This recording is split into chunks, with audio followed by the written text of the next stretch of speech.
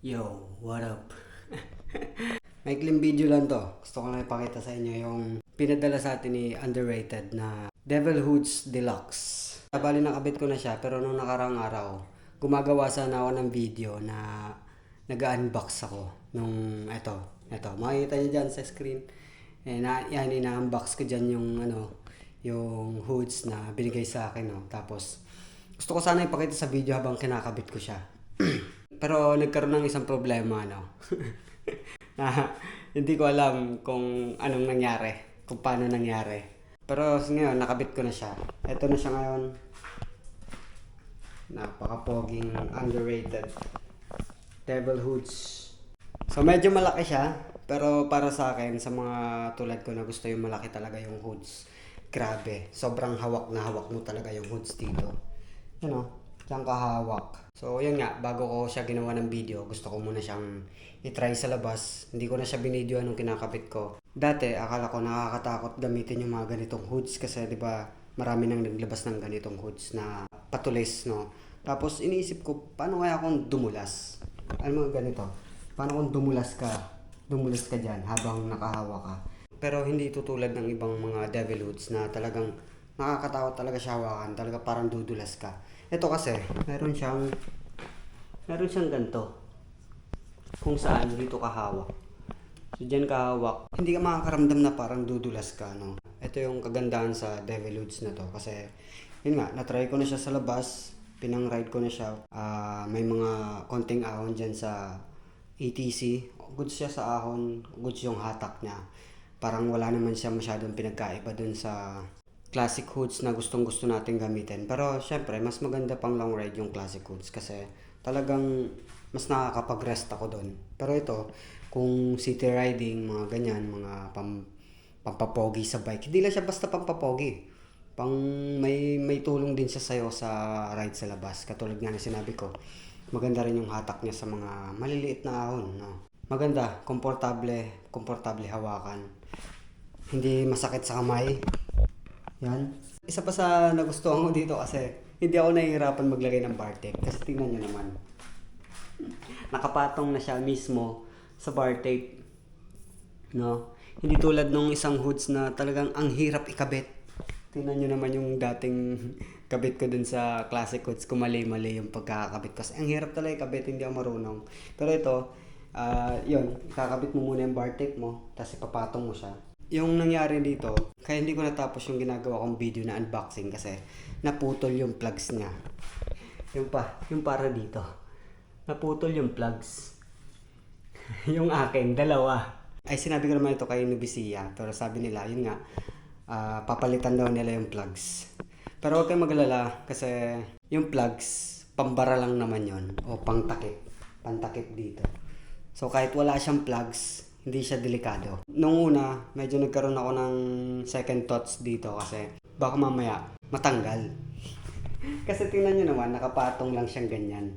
Pero yun, na-surprise ako kasi all goods, matibay, at hindi siya gumagalaw. Hindi siya tulad ng ibang hoods na kapag hindi maganda yung clamp, gumagalaw.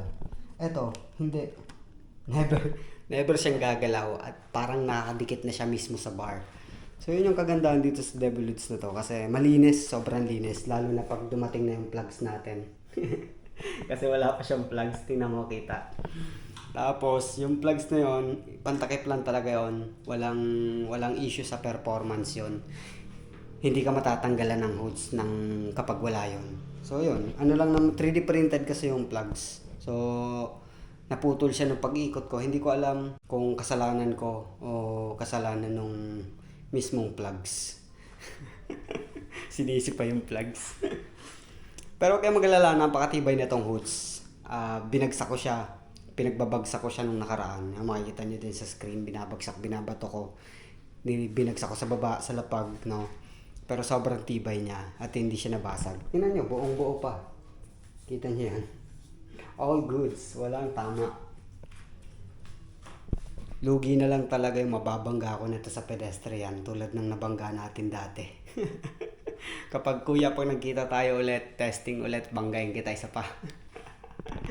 So yun, nakakabit na natin yung hoods, no? All goods na, napakaganda.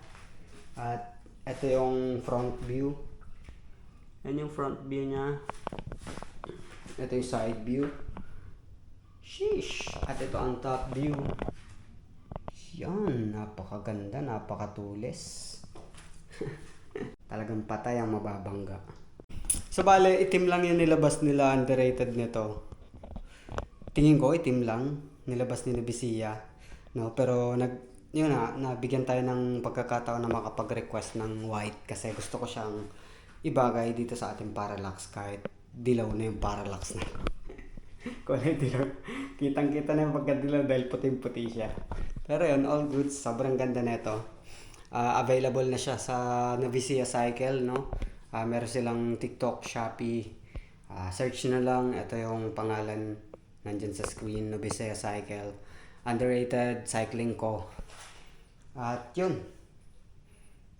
Hanggang dito lang yung video natin. Gusto ko lang ipakita sa inyo to at makikita nyo pa to sa maraming rides natin. Itong Devil Hoods, underrated. Sana nagustuhan nyo yung napaka-raw na video natin.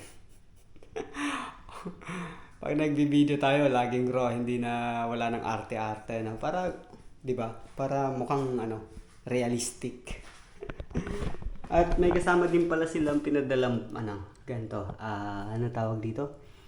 Bug cup. Napakaganda na ito. Gusto ko pang bumili na ito ng isa.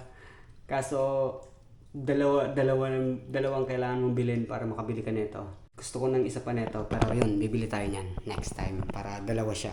Dito natin siya lalagay. Dalawang kidlat. Tapos yung isa natin bike tawag dito? Ano ba tawag doon? Rocket, no? So yun, shoutout sa GoPass Team Guys.